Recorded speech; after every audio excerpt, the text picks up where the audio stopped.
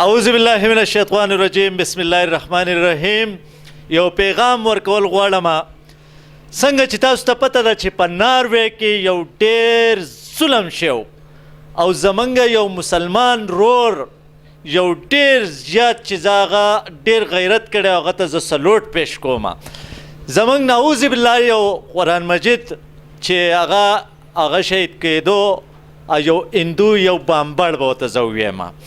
د هغې دپاره یو مظاهره ده انشاءالله تعالی په سوراب خان چوک کې.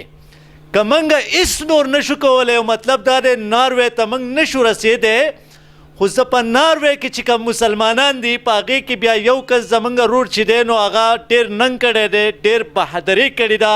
د ټول نه پیله زه د هغه ډېره زیاته شکریه ادا کوم او بالکل سلوټ ورته پیش کوم. خو موږ دا کولی شو چې انشاءالله تعالی موږ مظاهرې کولی شو، موږ احتجاجونه کولی شو، په دې باندې موږ اواز پورته کولی شو. دویمه خبره، زما چې کومه سبا مظاهره روانه ده نو زه ټولو مسلمانانو ته په دې کې ریکویسټ کوم چې د هر ځای نه دې ته راورسي.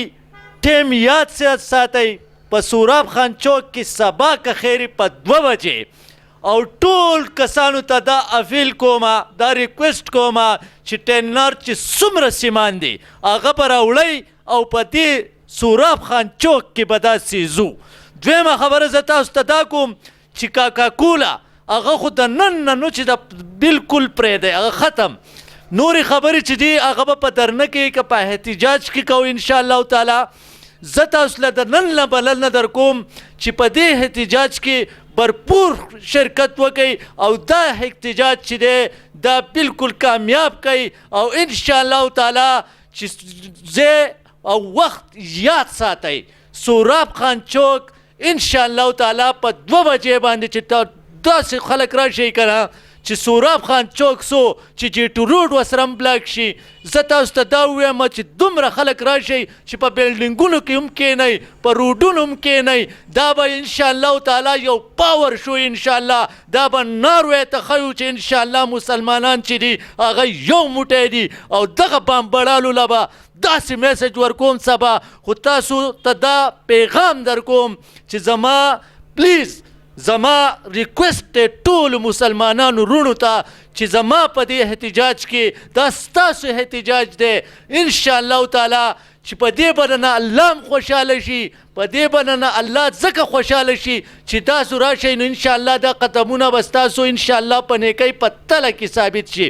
دویمه خبره زه تاسو ته دا کوم چې وخت او ځای یاد ساتئ.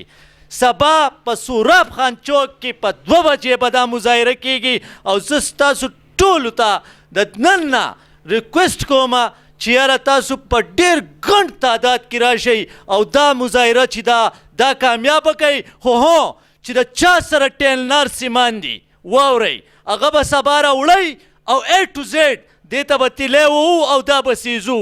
دویمه خبره کاکا کولا دا به هم ختمو، دا سیند ته غوځارو، خور ته غوځارو، هر ځای ته چې غوځارو. خو سبا دا مظاهره چې دا په سوراب خان چوک کې ده انشاءالله تعالی دې ته به انشاءالله سپین خان خطاب کوي او تاسو به اورئ انشاءالله. او زه د ناروې دغې بامبړانو ته وایم چې انشاءالله داسې شکست په ډله در کوم. دویمه خبره زه مراد سعید ته کوم، دویمه خبره زه عمران خان ته کوم چې کم از کم ستاسو سره په لاسو کې اختیار دی. انشاءالله زه دې مراد سعید ته ریکویسټ کوم پیله ریکویسټ کوم چې خامخا په خیبر پښتونخوا کې بلکې په ډسټرکټ سوات کې چې څومره فرنچایز دي د ټیلنار دا دې په پوري طور بند کړي، کوک تی بند کی. او که مراد سعید زما دا خبره ونه منله نو انشاءالله تعالی چې سپین خان تاسو ته بیا ډېر ښه معلوم دی بیا به یې زه بندوم.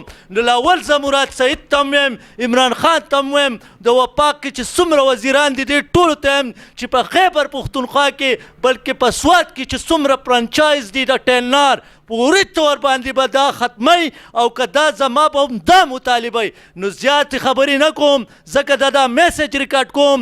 سبا زما انشاءالله تعالی د ناروې خلاف یو عظیم شانه احتجاج به او هغه به په کوم ځای کې تاسو ته دا هم معلومات در کوم چې دا به په سوراب خان چوک کې او ټولو ته بلنه ورکوم چې په ګڼ تعداد کې راشي او ناروې دشي وچړقئ لکه زلزله چې راشي په دې بمباړانو باندې څنګه چې تاسو زما دا ویډیو ګورئ نو انشاءالله تعالی سبا به زه په سوراب خان په چوک کې په تمه یم راځئ به انشاءالله تعالی چې زه امید ساتم چې تاسو به راځئ زما دا ویډیو تاسو ګورئ خو دا وګورئ او ډایرکټ په سوراب خان چوک ته په 2 بجې راشئ تاسو ته وایم